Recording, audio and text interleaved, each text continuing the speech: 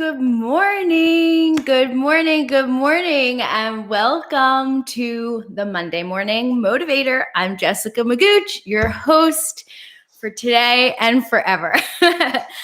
Thanks for tuning in live. I see you there, guys. Thanks for joining me. I mean, I don't really see you. I don't know who you are. I can't tell from there, but I see you and I acknowledge you and I recognize you. Thanks for joining me live at our Monday Morning Motivator meeting, where we give you all the tips, inspiration, and motivation in sales and business to fuel you through the week.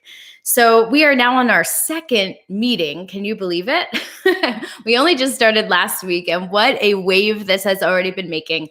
I'm really excited to have, launched this kind of on a whim, but knowing that I really wanted to talk to you guys on a weekly basis every Monday.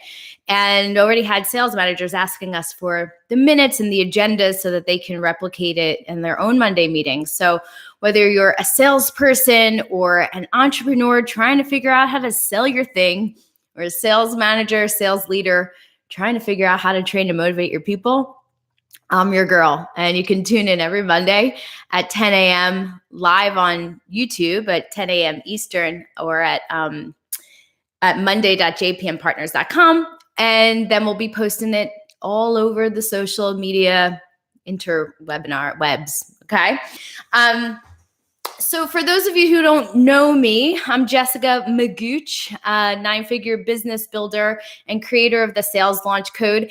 I consider myself a second-generation sales trainer and sales coach. I was trained by the greats, mainly my dad, this guy, Vinny Ravazzi, he wrote The Spirituality of Success, Getting Rich with Integrity. I'll probably pop a link for that below this video. But he's trained thousands. You could tell it's live because there's like motorcycles and garbage trucks going by. He's trained thousands of salespeople, brought companies public. He's been called, actually, on the cover of his book, The Napoleon Hill of the 21st Century. If you don't know Napoleon Hill, better grab that one too. Think and Grow Rich.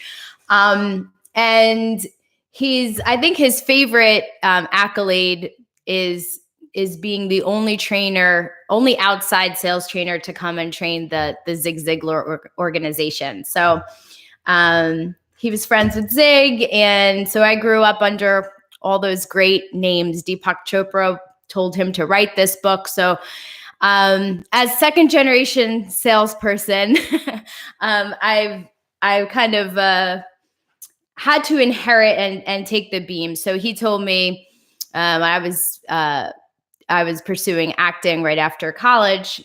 He said he gave me a deal I couldn't refuse, and that was, come work with me. I'll teach you everything I know, but you have to teach it to other people and help me build companies. So that's what I did. I never wanted to get into sales, but ended up doing that with him.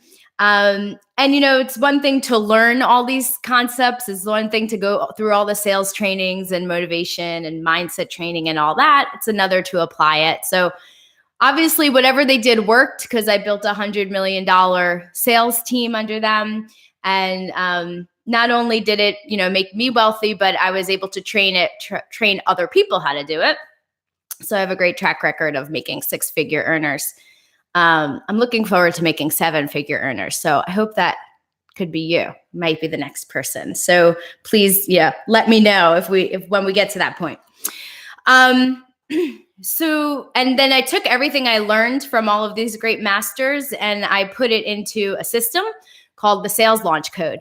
And the Sales Launch Code is our accelerator program. Call it 6 weeks from startup to conversion machine, where we teach you everything you need to know, do, and think to get from where you are to where you want to be in sales and in your business, specifically related to selling. So, and then I also use that to create interactive sales playbooks for my clients.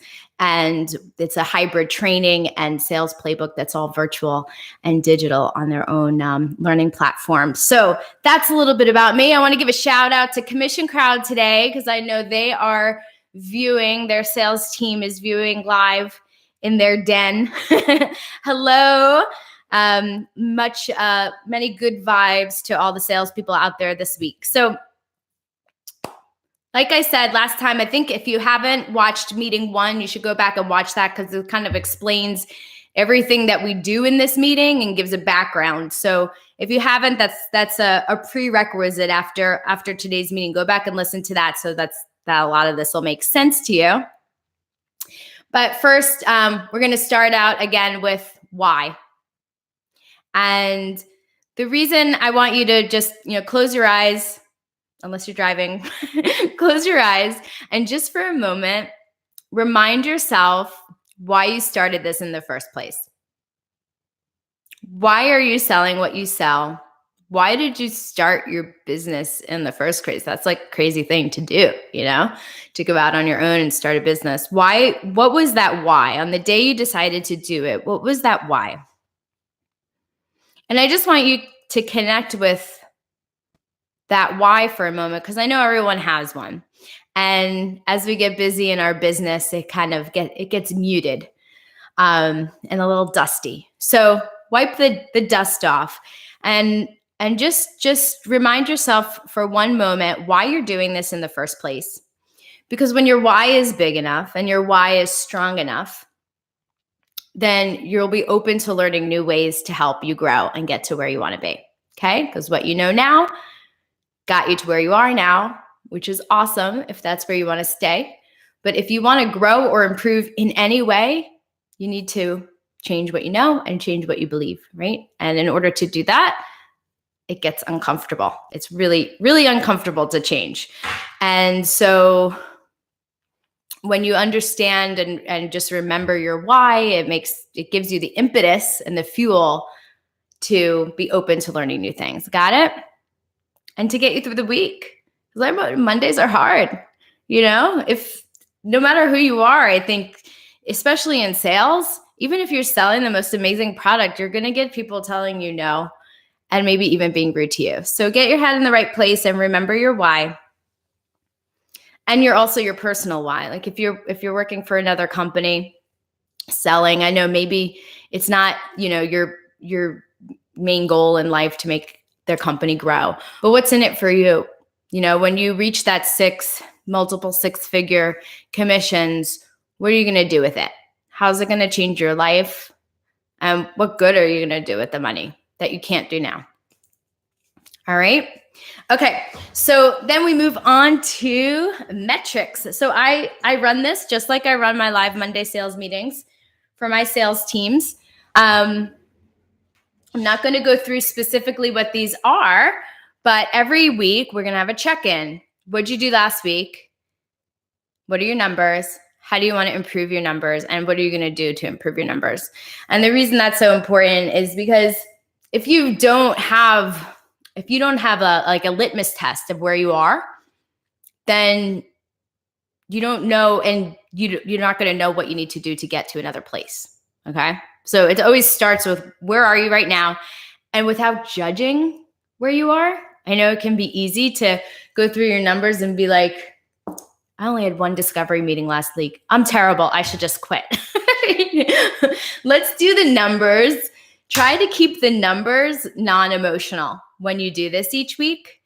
Because if you beat yourself up, if you don't think your numbers are where they should be or could be, which they're probably not. I mean, you're always going to be wanting to improve. So if you could take the emotion out of it and not judge yourself for where you are and just look at it purely as numbers, it's a business, it's numbers, then you can actually, you'll have the ability to create a plan to change them. And that's what we're talking about today, by the way, is creating a plan to take action. So last week, how many outbound touches did you make? Remember, you should target at least 200 for those. So that's any kind of cold call, email, networking event where someone you spoke to at a networking event, a follow-up email you sent, or people you met at a trade show, people that clicked on your ads would count. So any kind of outbound activity, people that, came into your webinar funnel. And I say at least 200, but it really depends on what your outbound strategy is. So you're going to need once you know what your real numbers are for the conversions of each of those strategies. Like if you're putting out a webinar, you're putting out a Facebook ad or something, or social media strategy. Those are ones where you might have to make more touches, but of course they're more automated. So you'll need to know what your conversion rate is from those marketing activities into how many leads do they actually generate. Because if there's not enough leads, you're obviously going to have to do more. Okay. But anything like sending out cold emails or cold calling or follow-ups and things like that, make those at least 200. Sound good? Okay. And then how many of those converted to leads? So how many leads did you generate this week or last week? Now you might have leads that came through last week, but they were from a marketing activity, weeks before. That's okay. We're always going to go 1 week to the next, and you might not convert that lead next week. It might show up in a couple weeks, but if you do this every week, you'll get consistent numbers that you can rely on. Okay. So how many leads were generated last week? And then how many of those turned into discovery meetings or discovery calls? And then how many of those did you get a qualified appointment to show your product or demo? Again, go back to meeting 1. If any of these are, I explain the definitions, just so we're all on the same page as far as semantics, right? They might be different things for different businesses, but I explained that all in meeting 1. And then how many of those presentations turned into closed deals? And how many referrals did you get off of those altogether, closed deals or non-closed deals? How many referrals did you generate last week? Again, we talked a lot about referrals last week, so go back and listen to that. And then the percentage of each. So we're going to get in the habit of tracking our numbers. I know this is only our second meeting together, and maybe you're not in the habit of it yet. But if you were with me last week and we talked about tracking numbers last week, and you did track your numbers, I would love to hear from you, whether in the comments or shooting me an email of what you learned just from keeping track of your numbers. And then if you didn't keep track of your numbers, if you were here last week and didn't keep track of your numbers, then I would really ask yourself why. I'm going to call you out on that because like I said, all the sales training and all the tips in the world are not going to make a difference, one, unless you apply it. But what's going to keep you from applying it is your mindset and your beliefs around it. Okay, so if you're, like I said, if you're really committed to your why, of the why you started to do this in the first place, you'll do anything to make it happen, including tracking your numbers for the week. Now, if you're not tracking them as you go, it takes about 15 minutes at the end of the week to go through everything and track your numbers. So track your numbers so that you can, and things that you do apply, you can actually see if you're affecting the numbers and changing them. And then see how great you can get with your conversion rates from one stage to another. You're also going to see when you track well, where your funnels, this is the funnel, right? Where your funnel's broken. Is it broken converting leads into meetings or meetings into presentations? Or do you lose them after the presentation? Where in your funnel is the weakest conversions? Okay. Now, last time I gave you my percentages of what I think you should shoot for as your goals for each of those conversion rates. But wherever you are, as long as you're tracking and improving, you're going in the right direction. So I don't care if you go from a 20% conversion to a 30% conversion. That's a 50% increase. That's amazing. So let's celebrate all of those little wins as well. Okay. Can I get your agreement on that? That even if you went up 1 percentage point, or you generated one more lead or did one more outbound activity that you didn't do last week, that you're going to celebrate yourself or celebrate for that. Sound good? Okay. Don't beat yourself up too much, because that is not going to motivate you to get back in the game on Monday. All right. Scene change. We're going from metrics into marketing. I told you each week I would share with you one thing that's working for me right now. as far as a marketing strategy, these outbound all the way at the top of the funnel. Now, my specialty, by the way, is right around here. Going from a lead to a closed deal and a referral. That's where my expertise and genius zone is, as far as training people and helping people improve their numbers. But as a business owner, I also have to do marketing. And as a global business owner who has a reach, all across the globe, I've really been obsessing about digital marketing over the past few years when I started my business. And I think, the crazy thing about digital marketing is it is like the wild, wild west, right? People explain it like that because opportunities keep popping up as things change on the internet. And the con to being the wild, wild west is that what's working for somebody might be working for them just because it's the Wild West and not because it's an actual long-term strategy that's gonna keep working, right?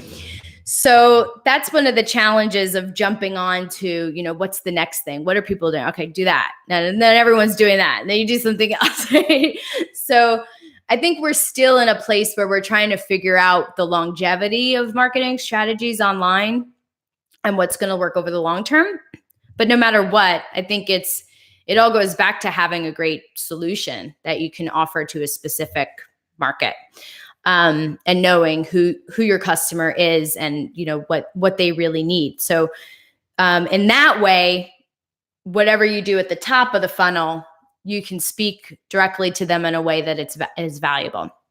So I think whatever strategy you use, as long as you're providing value that gets them into the top of the funnel, it'll work.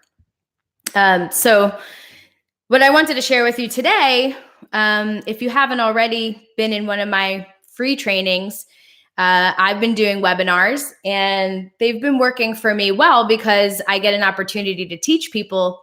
Now I am in the training and coaching business, so it's a great way for people to actually work with me before they work with me. But a webinar is the traditional name for it. I don't even like that name, really, webinar, because I feel like it's like old school, like 90s when the internet first came out. That word webinar, I don't know. So I don't even call mine webinars. I call them trainings. But I really think they can work for anybody. So again, in the Marketing Minute, keep your mind open. Think about, how can this work for me? Instead of, this can't work for me, because I have a totally different kind of business. I happen to be in the teaching and training business, but I think for a majority of businesses, whether it's B2B or B2C, a webinar or a live training or a free training type program is a really great solution to get people into your funnel and to develop a relationship with them before they decide to take the next step.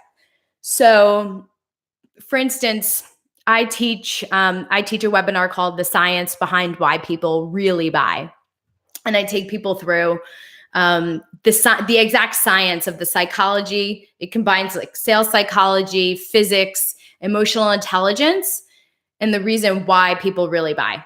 And this is like a completely unique concept to what I teach.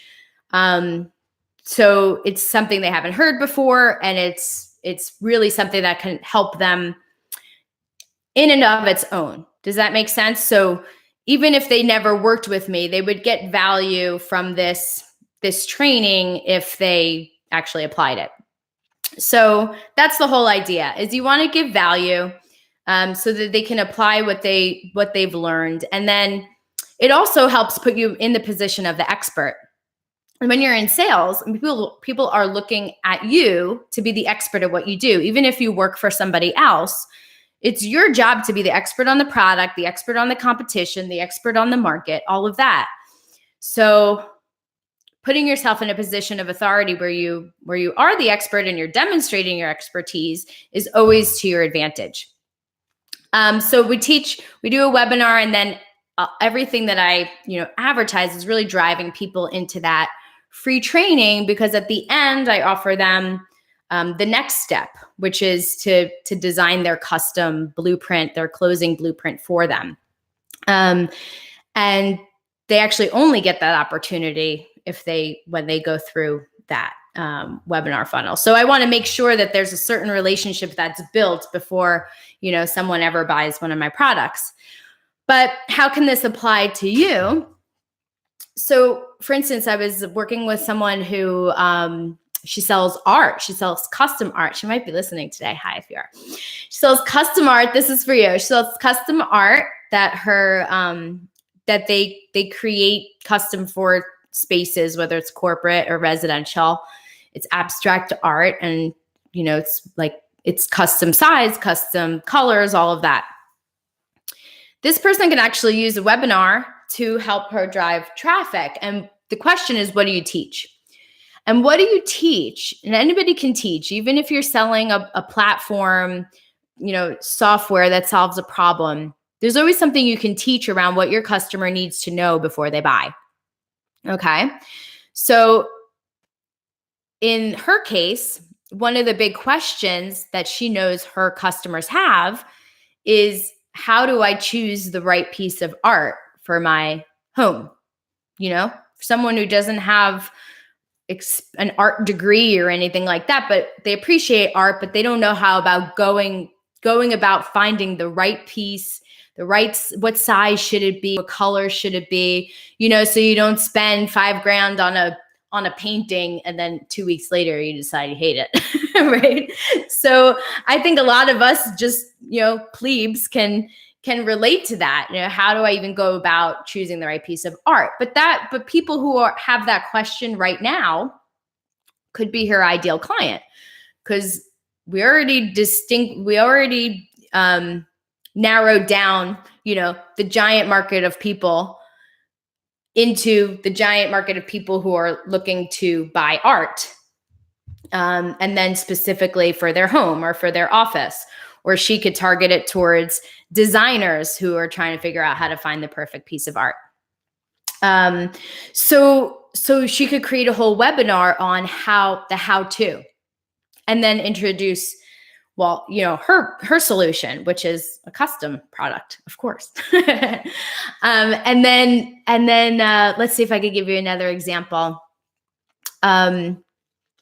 I was just thinking about, I had another client who sold sustainability software for large corporations. So they have the software that basically calculates how well you're doing in all different areas of your business with maintaining like sustainability requirements, whether you're, how green you are, how well you treat your employees, all of that. And it's constantly helping them improve.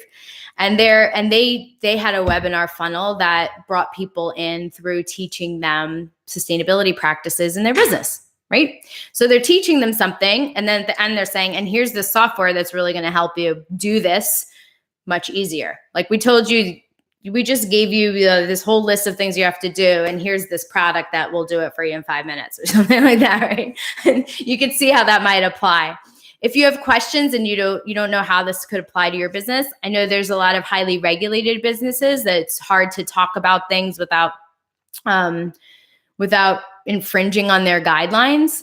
But like let's say you're in the healthcare market, the insurance market, and there was a time when when we switched over from the traditional insurance to the Affordable Care Act, and there were a lot of questions. A lot of people didn't know what was going on, how it would affect them, and all of that. So if you're an insurance agent or an insurance company, you can host a webinar on, the Affordable Care Act and how it affects you, without selling a particular product, without infringing on any of your obligations that you have to whatever licensing department you have. So be creative and think about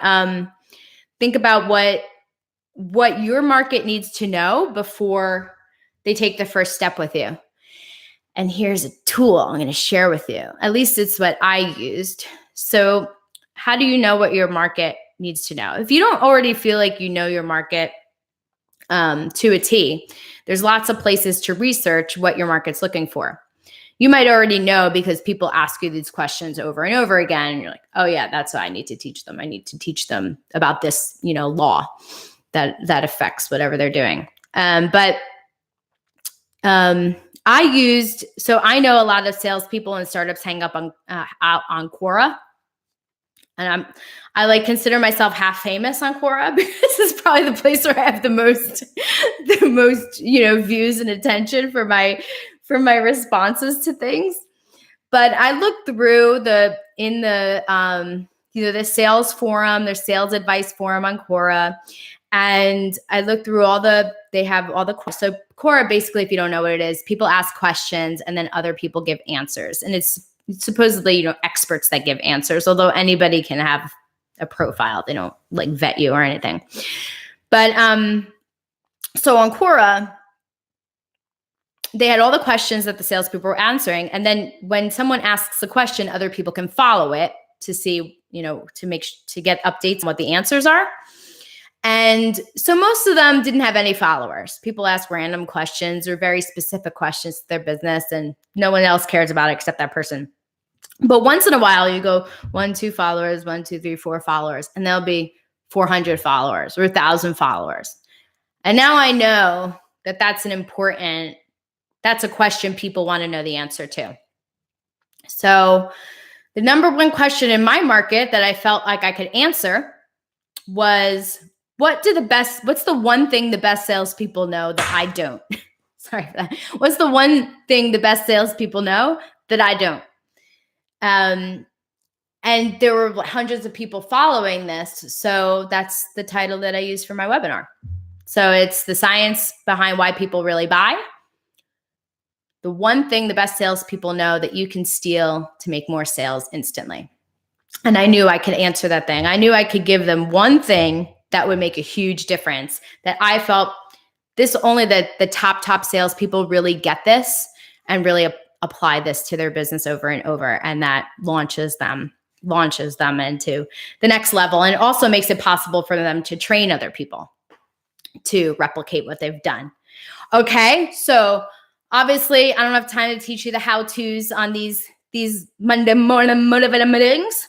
But all these things will be modules in my courses as we grow and develop, because not only do I give you the sales launch code, but I'm also giving you all the how-tos of exactly how to start a webinar, how to find the ideas, how to do your slides and market it.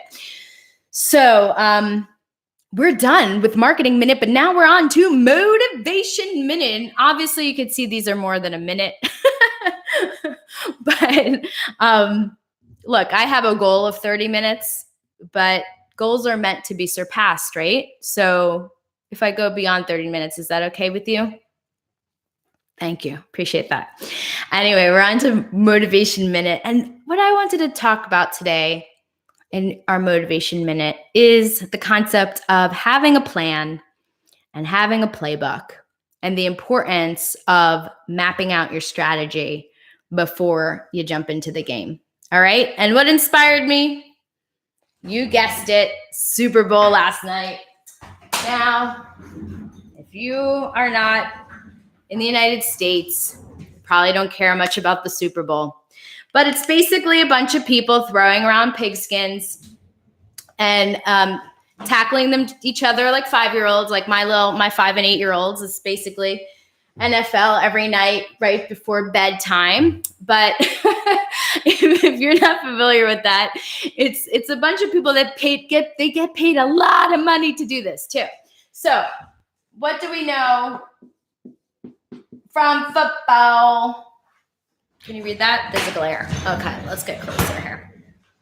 Okay, so here's what happens. First of all, do you have a plan? Think about it. Before you get on a call or in a meeting, do you have a very specific map of exactly what's going to happen minute to minute? If you do and it's working, great. If you do and it's not working, it's usually an easy fix. But most people don't. So let's talk about why you need to have a plan. What happens in football when there's no plan or no playbook? I'll tell you what happens. My son, my 5-year-old, is on flag football, like the peewee league. And this is, I'm going to draw you a map of what happens on the field when there's no plan. Or they try to give them plans, but they're 5 years old, so they don't listen to any plans. Which is another point. You may be a sales trainer, sales manager. You give your people a plan, but they don't follow it. This is what happens. Here's the kids, right? They're all in their spots. They're, they have their positions, right? And then here's Mr. Joey with the ball, and he throws the ball over there, right? What happens when the kids don't follow the plan that the poor coach tried to actually create a playbook for them? Yes, they all go to the ball. There's a cluster, over here around the ball. And then someone else throws the ball over here. Oops, you can't see that. And it lands there and nobody's there to catch it. Boo. So that's an example of what happens when you don't have a game plan, when you don't go in with a plan, or you go in with a plan and then you don't follow it. And I know this is really frustrating for trainers and coaches, where you feel like I'm giving them the steps, I'm giving them the ABCs, and they're just not doing it. So we'll talk about why they're not doing it too. But importance of a plan. Also, actors on a stage, to speak to the people who aren't the football types. What happens if you put a bunch of actors on a stage without a script? It'd be very interesting what comes out of that, right? So if I'm paying $150 for a seat in Broadway, and I have a stage of actors with no script, what does that look like? It looks like this, like people jumping off stage. One person decides, no, this is like a Cirque du Soleil type show. Another person's doing a comedy. This guy thinks he's in a drama. Also, cluster, So, and that's what happens. And you might say, Jessica, what about improv? They don't have a script. Now, let me tell you, I used to do improv a lot. That's actually how I met my husband. We were in an improv show together. And here's a secret that you might not know about improv actors. They always have a plan. And there's always a structure to what they're doing. Now, they don't talk about their plan, but they talk about their structure. So there's actual games that improvers play that have a specific structure, so that it actually isn't as totally random as you think when you're watching. So, and also, even improvers practice a lot. They practice a lot together, and they get to know each other's vibe. So yeah. So if you think improv without a script means that you can go into your meeting without a script, no. You need to have a lot of practice and a structure. So here's why a playbook's so important. When you have an intention and you believe in that intention and you train and you practice and you role play, do you think the possibility of that goal being achieved goes up or down? It goes up, right? So you can create all the plans in the world that you want. And if you don't have a sales playbook, which I design, by the way, you can design your own. I don't care. I have templates you can use too. If you don't have your own sales playbook, what are you asking your agents or your salespeople to do? You're asking them to go out into the field without a plan. And then this happens. Chaos. And that's why it's so overwhelming as a salesperson. And it's so overwhelming. The rate of burnout is so high. Could you imagine doing this every day? Or that example I drew of the peewee kids running after the ball like madmen? If you did that every day, you'd be exhausted. So a playbook helps you keep track and have a strategy. Now, and a script is literally gives you word for word exactly what you're going to say. Now, a lot of people have a objection to having scripts for their business because they don't want to sound scripted and they don't want to sound scripted like a robot. But the best actors always start with a script. They never even change the script. I think if you've ever, I went to acting school, so I was taught early on the importance of sticking to script. Those playwrights chose those specific words for a very specific reason, and you're not allowed to change them. So you have to work within the script to make it your own and make it work. But with the script, at least you know what you're going to say. And then that allows you to be prepared for the unexpected things that you have to do off the cuff. So like an improv actor with a structure, he knows that if something happens totally out of the ordinary, you're prepared for that because you're working within a structure, okay? On stage, something always goes wrong. The lights don't go on when they're supposed to, and another actor forgets their lines or whatever. But if you have the script, now you can figure out how to get back on track into that script, okay? The football team that they have their plan, but then the other team doesn't respond the way they expected them to, they can be flexible within that plan, okay? So having a plan, then having flexibility within the plan. Also, so number one is to know your opponent. And in this case, in sales, we're not going to refer to our client as an opponent because sales is win-win, unlike sports, which is win-lose, right? So in sales, we're win-win. You still need to know your customer. So number one is understanding like what they want to know, what they're going to ask, what's important to them, really diving deep into who that person is and what they want from you so that you can position your product in the way that's going to fit their needs, right? So number one is know your customer. Number two is have a game plan, but be flexible within that game plan, okay? Have a written game plan. I know, right? The coaches in the locker room, they got the whiteboards too, and they're writing down that plan. And people they study their plans, right? They study their plays. They study their playbook. They study their plays. Are you giving your salespeople plays that they have to study? Are you working with them and role playing and training on a daily basis, like the best athletes do, like the champions do? So I told you last week, I'm a martial artist, and I do compete from time to time. And my sensei would never let me go into, only because he cares about me and the reputation of his school, but he would never let me go into a tournament without training. That would be ludicrous. And there would never be some kind of expectation that if a tournament was coming that I was at some level where I didn't need to train anymore. There's always room for improvement, and you always have to stay on your game. So sales training is not something that you do for the first couple months that you have a new salesperson in. It's something that has to be ongoing. There has to be ongoing continuous role play. So when I'm training for a tournament, the first thing he asks me, he sees me warming up. So what's your plan?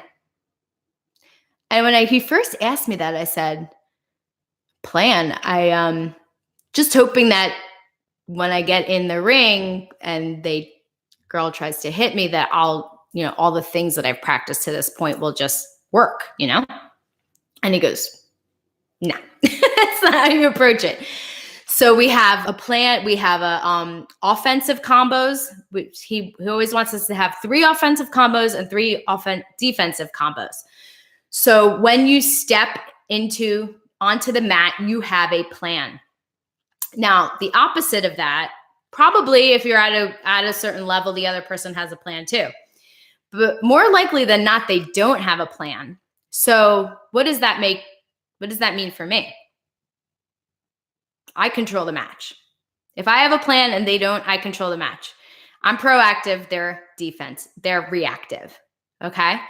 A reactive salesperson, what does a reactive salesperson look like?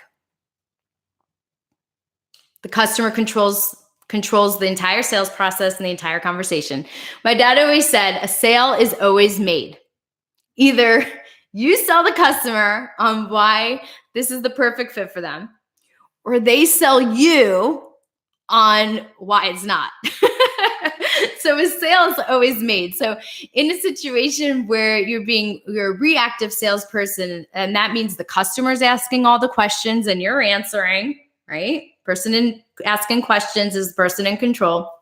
If any of these sound familiar, you might be a reactive salesperson. They're controlling the questions. They're controlling the flow of what happens next. They tell you what the next steps are going to be instead of you telling them, right? All of these are indications that you might be reactive, and that's because you don't have a plan. So have a plan and be flexible within that plan. And then number 3 is to train. I'm going to write these down because I think they're good takeaways for the week. So number 1 is know, can you see that? Your customer. All the Catholic school penmanship training did not work in my favor, so be patient with my handwriting. Number 1 is know your customer. Number 2, create a plan.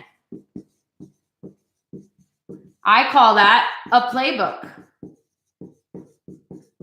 If they do this, what do you do? If they do that, what do you do? What are you going to say first? What are you going to say second? What are you going to say third, fourth, fifth, sixth, seventh? I have everything planned out and mapped out. Number 3, once you have that plan, you need to train to execute that plan, right? Do you ever stop training? No, I knew you knew that answer. So in sales, we train by role playing and acting too. See how all these work together? Athletes, they spend months training and then they train in between games, I think. I don't know that much about pro football, but I'm assuming they don't just like sleep for 5 days in between games.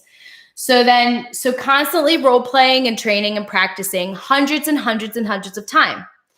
My sensei always says, practice makes permanent.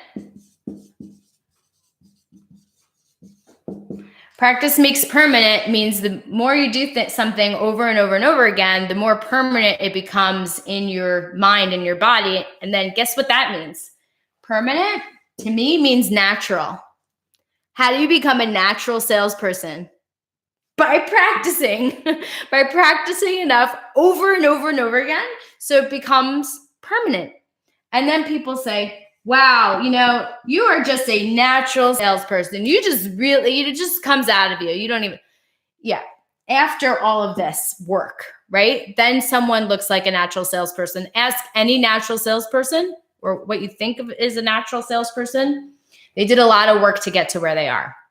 Okay. And if they're aware of everything that they did to get to where they are, then they can teach other people how to do it. If they're not aware, they haven't been documenting it, creating processes and all that, it's more difficult to train someone else to do what you're doing. Just watching doesn't help. Like watching my sensei fight helps a little bit, but he needs to really break it down and show me exactly what he's doing, why he's doing it, so that I know next time I'm in that situation, I can apply the same technique or response. Make sense? So maybe I'll have him on here one day so he can teach his thing. So practice, role playing. I don't care how many years you've been in sales. It has nothing to do with staying on your feet and staying fresh and practicing and role playing. And why do we role play in our coaching business and with our trainers or our managers? It's because we don't want to practice on the customers.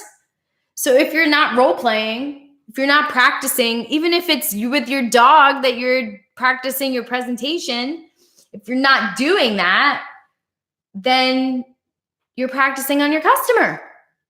And one, that's not fair to your customer. They need you to be polished.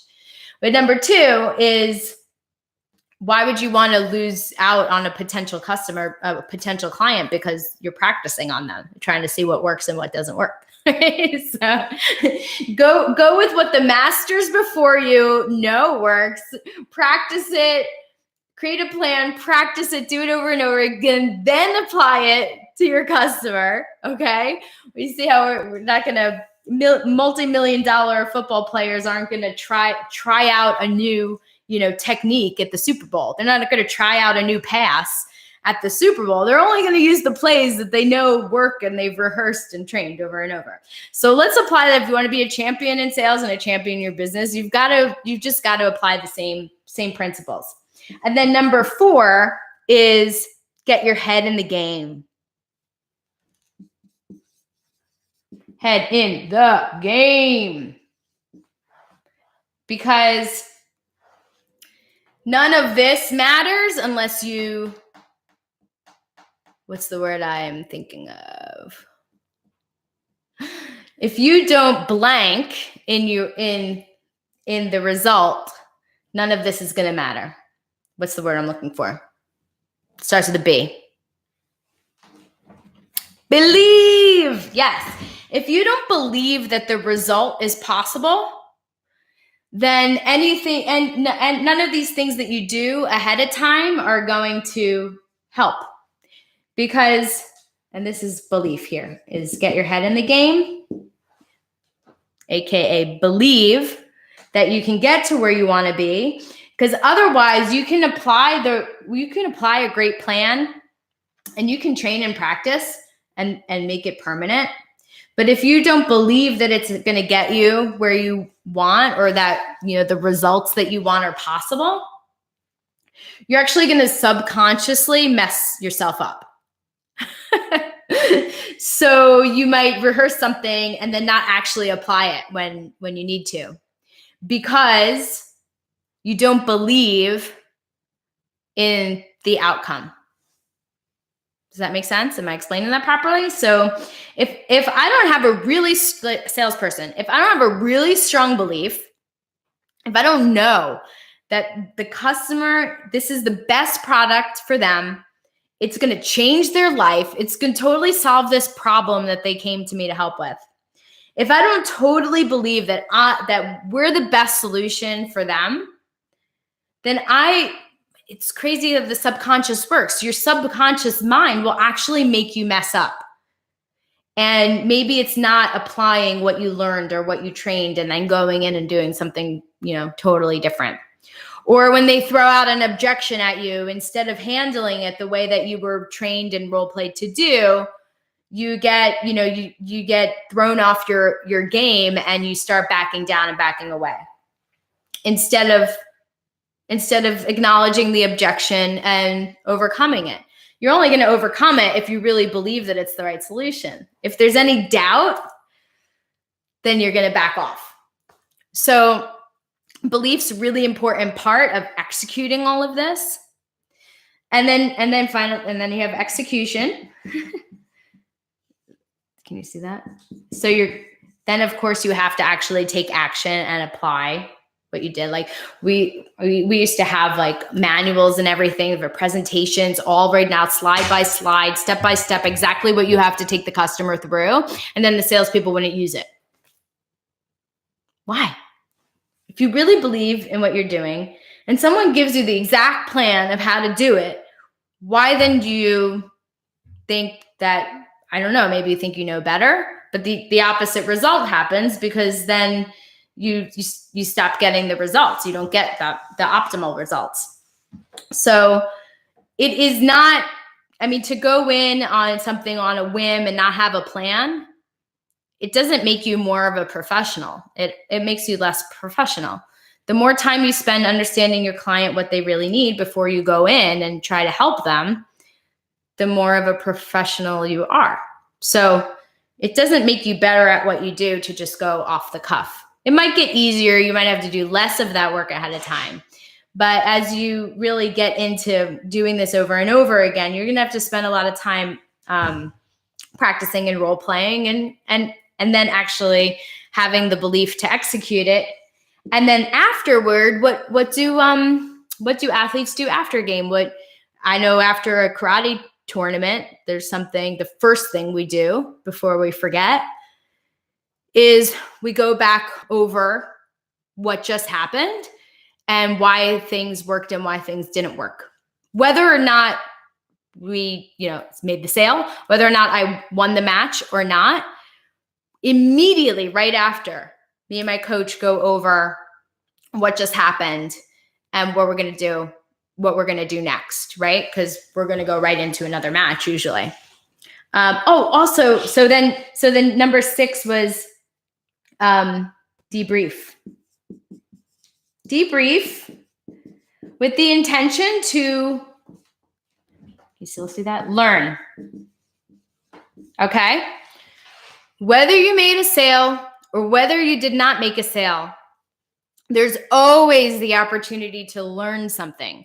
If you didn't learn something, if you didn't close a sale and you didn't learn anything from not closing it, that's the only time I would consider it a failure.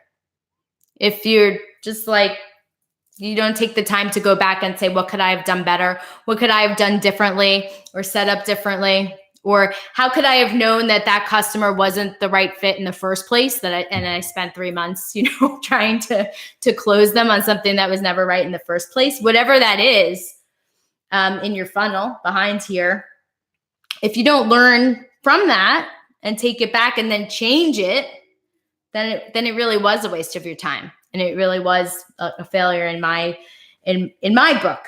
So whether we win or we lose, we always learn something, especially when you win.